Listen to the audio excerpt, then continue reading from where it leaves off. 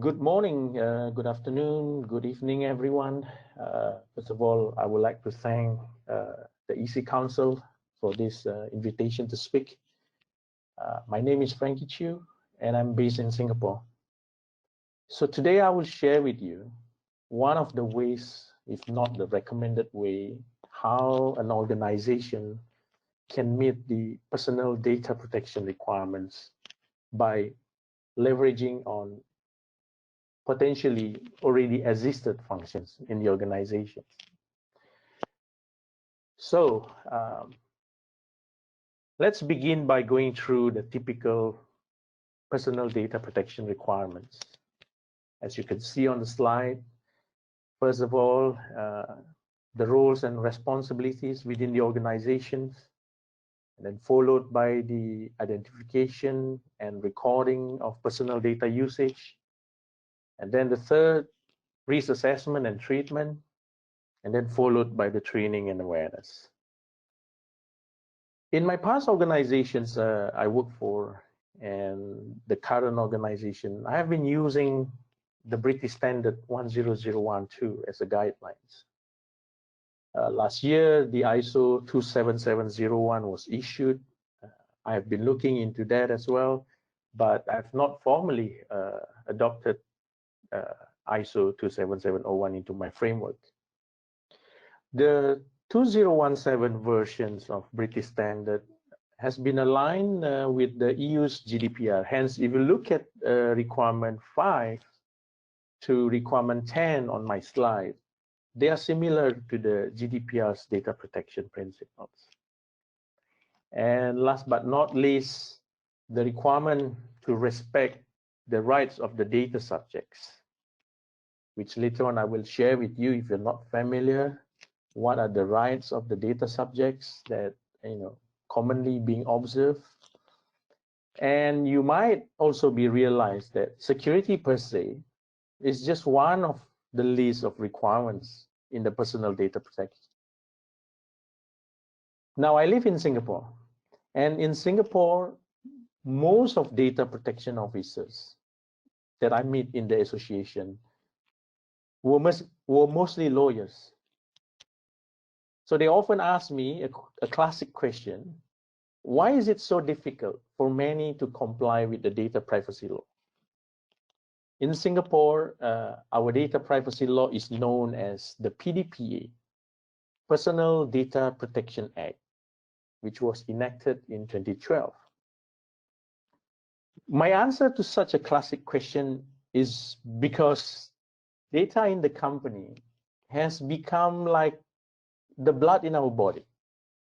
The data that companies collected from their customers is not just used to deliver the promised goods or services, but also used for business intelligence, marketing, etc.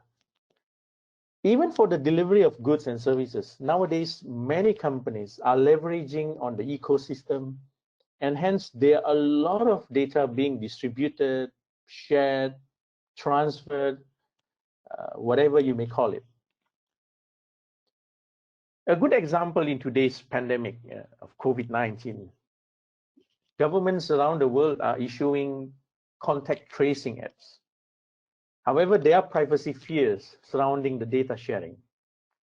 In Singapore, again, only a quarter of the population installed the tracing app on their mobile phones.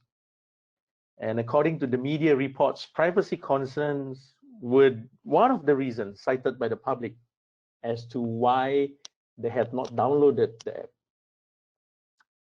So what do aware consumers usually check before they agreeing to share their data openly? So how do we make sure that we understand this, right?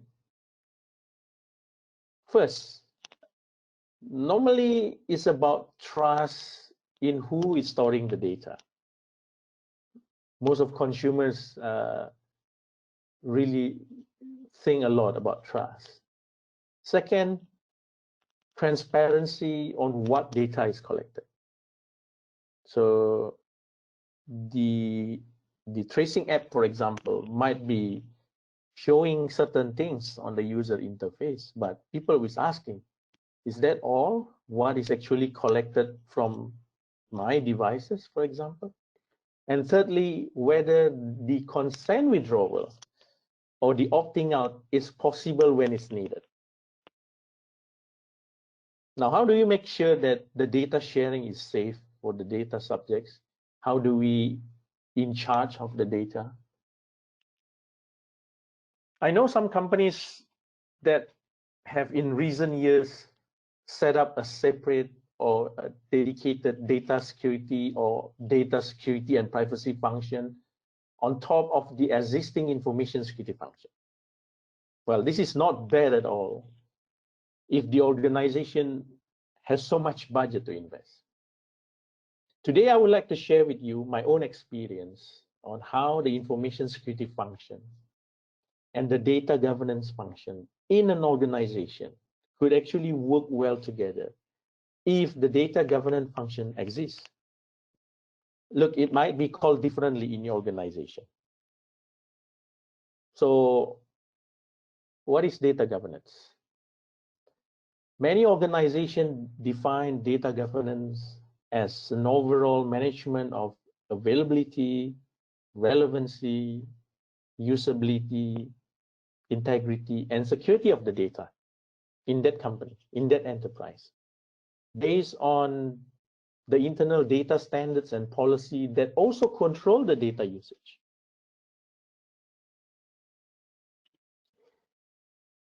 The data governance include the people, processes, and systems needed to manage and protect the enterprise's data assets.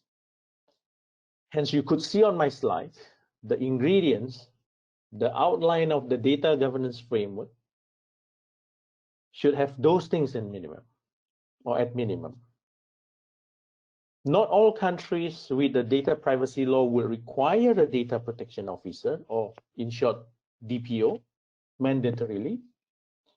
Hence, in those cases, the role might be assumed by a data security and data privacy leader.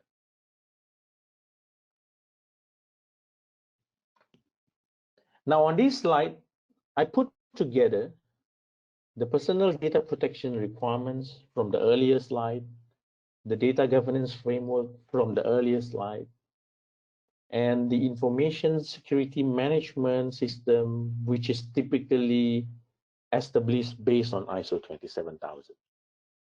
The idea here, if both work together and being practiced diligently, then we should be able to cover all the data protection requirements.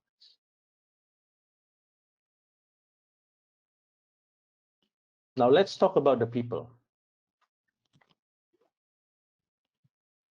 For those who are familiar with the ISO 27000, you know, in security compliance, the accountability from the top management, whether it's on the information security in general, and in this context, we're talking about the personal data, has to be really established. So it is the accountability of the top management to actually make sure that the organization that they led can really comply with the data protection requirements and be able to actually demonstrate whether they really practice those frameworks diligently, religiously, and not just good on paper. Now, as I mentioned earlier, not all countries mandatorily requiring data protection officer. So in those jurisdictions where DPO is not mandatory, the company may appoint a suitable officer to actually lead the data security and privacy.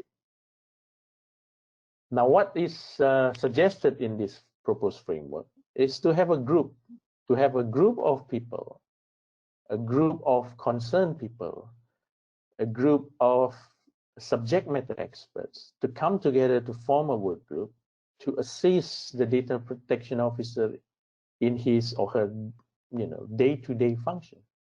So what do? I'm just quickly read out what I put on the slide: the development and review of the data security and privacy related policies and procedures, the overall responsibility for monitoring the compliance, ensuring that the privacy impact assessment, the risk assessment is being done when it's necessary.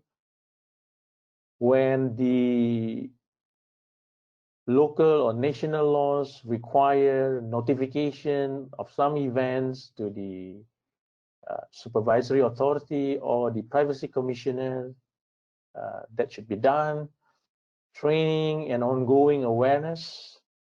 And last but not least, the mechanism of the data disclosure or data sharing is being reviewed and approved. Now, typically the company deal with a lot of data sets, deal with tons of databases. So the respective data sets, the respective databases should have people that call themselves the data owners or the data stewards, who then collaborate with the DPO and the work group to actually enhance and develop the relevant policies and procedures further, ensuring the adherence to the policy and guidelines, assigning the classification of their data. This is very, very important, which I will explain in the next slide. And last but not least, of course, providing the resolution to any data-related issues. Now, before I go to the last box, which is the internal audit, we have data users. I did not put it here on the slide because obviously the data users also have their responsibilities. What are they? So first of all, I think the data users should understand that there are policies and procedures in place. They will not have the access to the data at their liberties. There must be SOP for them to follow. For example, how to gain the access rights to the data. And also if, inadvertently they obtain the access somehow, they should understand what to do. Or if the data users actually discover data or information which have not been properly labeled by the data owner, they need to understand that the expectation is for them to assume the default classification. For example, if I'm a data user, I come across a data which has not been labeled in terms of classification, that I should presume at least confidential. The data is confidential until the data owner say otherwise. And of course, the whole thing will only be really effective and efficient if the internal audit will conduct the regular internal audits to make sure that the executions of the framework it is effective. And if it is not, they should feedback to the top management. Again, coming down from the top, what are the things that not effective that need to be fixed? Now, what is data classification? Classification is a categorization of data based on its type and its level of sensitivity, based on the fact that what could happen if the organization have the data unauthorizedly disclosed or altered or destroyed. Classification helps to determine the appropriate baseline controls.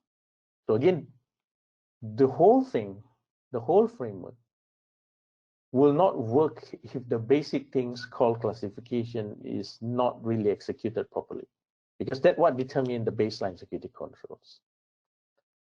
Classification is also applicable to all types of data, including documented information. So documented information like Microsoft Word document, PowerPoint slides that I have. So let me show you what I have on the main or the cover slide. I put that in the corner, the bottom left corner, you could see for the general public. So I label this document, even though it's not a raw data, as public, meaning that this document can be shared without specific permission from me, unless if, for example, EC Council claim for copyright. Now, some data may have little sensitivity in isolation. In isolation means that when a particular data stand alone, it may have a very little sensitivity, but may be highly sensitive when the data is actually in the aggregation. And therefore, aggregation of data should also be considered when the data owner is classifying the data. When the data collection contains data relating to more than one classification level. So for example, that you have level 1 and level 2, or level 2 and level 3, or level 2 and level 4, the higher level should be assigned to that collection of data as a whole. So these are the a few key principles of the data classification. Now on these slides, I'm putting an example of data classification.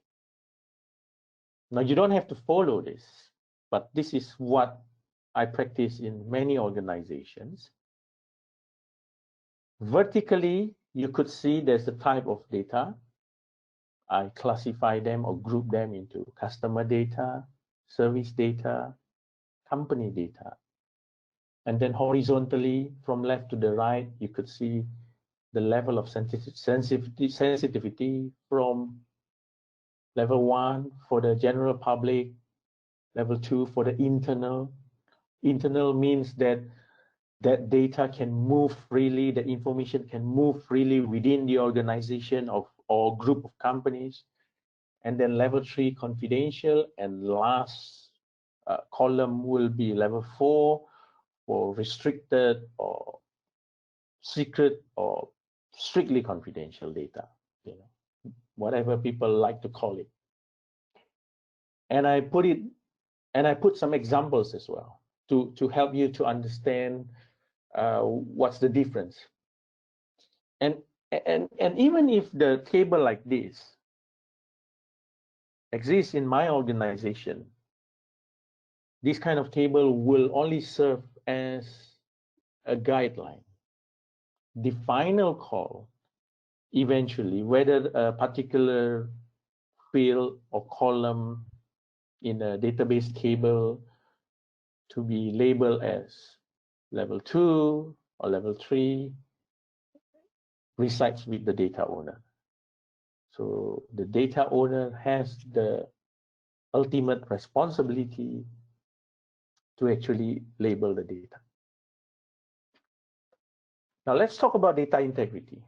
What is data integrity? Data integrity is the overall completeness and accuracy of the data. You know, some common threats that we learn from the information security management system. Things like, you know, misconfiguration, malware, cyber attack, those common threats to the integrity of the data. So I also list down a list of measures that can be implemented to actually protect the data integrity.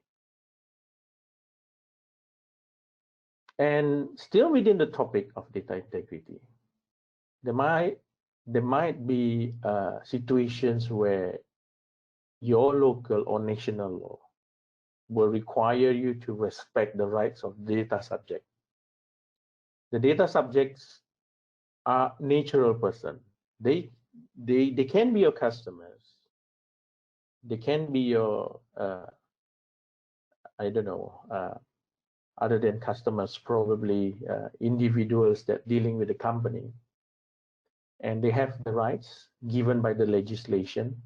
For example, the rights to access the information, the rights to request for corrections if the data is not correct, the right to erasure, the right to be forgotten if someone come forward and say, hey, I don't want to have anything to do with the organization any longer, right?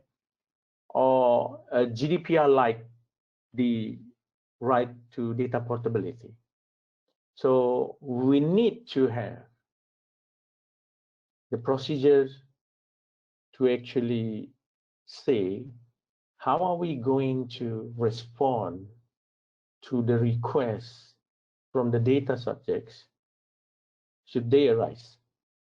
Now, I often receive a question from people whether or not an organization should just erase everything that related to a person or activities or record of transaction related to the data subject if the data subject actually requested for it. My straight answer is yes, but there might be also a need for you to understand that as an organization, you also have the rights, you also have the obligations given by the local or the national laws. For example, that typically in the English system, the contract law will require you to keep contractual activities, transactions for a certain number of years to actually deal with the situation of dispute or civil actions that might be raised. So on one hand, that the laws give the rights to the data subjects for them to be forgotten. On the other hand, that you have the rights, you have the obligations to actually also keep those records for X number of years. So the balance is that, or the meeting point is that, what probably could be exposed to the public through the membership portal, through the transactional portal, typically those front-end data will have to be erased. However, if we go beyond that, things that sit within your organization, in your archive,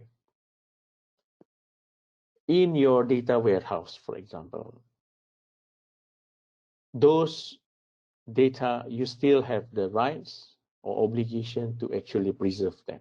But they will eventually be gone as well when we come to talk about the data retention and disposal.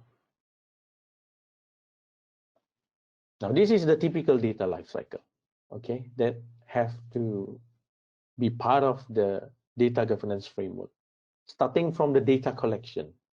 Now, the data collection has to be lawful. What does it mean by lawful? If the data privacy law is saying that you need to collect data with consent, then you must have that consent. Otherwise, it will be unlawful, right? And the data collection has to be fair and transparent. You might not get the data directly from the data subject. You might get it from data transfer process. You might get it from, data harvesting and so on. So you have the obligation to actually notify the data subject, and hence that, you practice the transparency in the data collection. And then you move to the data storage. You need to make sure that the data storage is well protected and their quality control, because without the quality control, then there will be a lot of inaccuracy, redundancy, and so on. And then remember, classification. You need to label them, and sometimes you might also need to segregate them based on the needs, and then make sure that data is backed up. And then move to the data usage. Access control is very important because there's no security without the access control. And data usage has to be done for a legitimate purpose. And this is also the GDPR data privacy principle, that data is processed for specific legitimate purpose. And then data sharing. Data sharing, whether internally or externally, will have to be pre-approved, will have to be controlled. There must be a procedure to review and approve if data were to be shared with the external or transferred to subcontractors for service delivery and so on. And last but not least, as part of the data lifecycle, retention and disposal. It is the GDPR data privacy principle that data should not be stored longer than necessary. And when the data is going to be disposed, it has to be disposed in a secure manner. And then the data security come to the picture. Now, this is something that we should already be well versed with if we have been practicing in the information security world. But I just want to stress that managing security breaches could have additional requirements from the data privacy law, and you need to be aware of those. For example, in some countries, breaches will have to be, I mean, the stakeholders, the privacy commissioners, the data subject will need to be notified, for example, for any potential or breaches not more than 72 hours from the time the breaches was known. So if there are specific requirements like this, you will need to include that into your procedure of incident response or managing the security breaches. And also in the world of supply chain, right? When the information processing or business activity is being subcontracted, the security will need or will deserve a lot more attention there. So come to the end of my presentation. I may not be able to give you every single detail of what will need to go into that the data governance framework. So you might have a data team, you might have a data science team, you might have a data engineering team in the company. Maybe they don't have the data governance framework. I hope this gives you some idea, because it is very strategic. Once you have it in place, then combined with the information security management system that you have, you could address those data protection requirements entirely without have to invest heavily setting up a new function, setting up a new department. If you have any questions, I can either take your questions after this, or I have my contact on this last screen. Do write me an email, and I will make sure that I'll spend time to respond to your questions or queries or any comments that you might have. Thank you, everyone.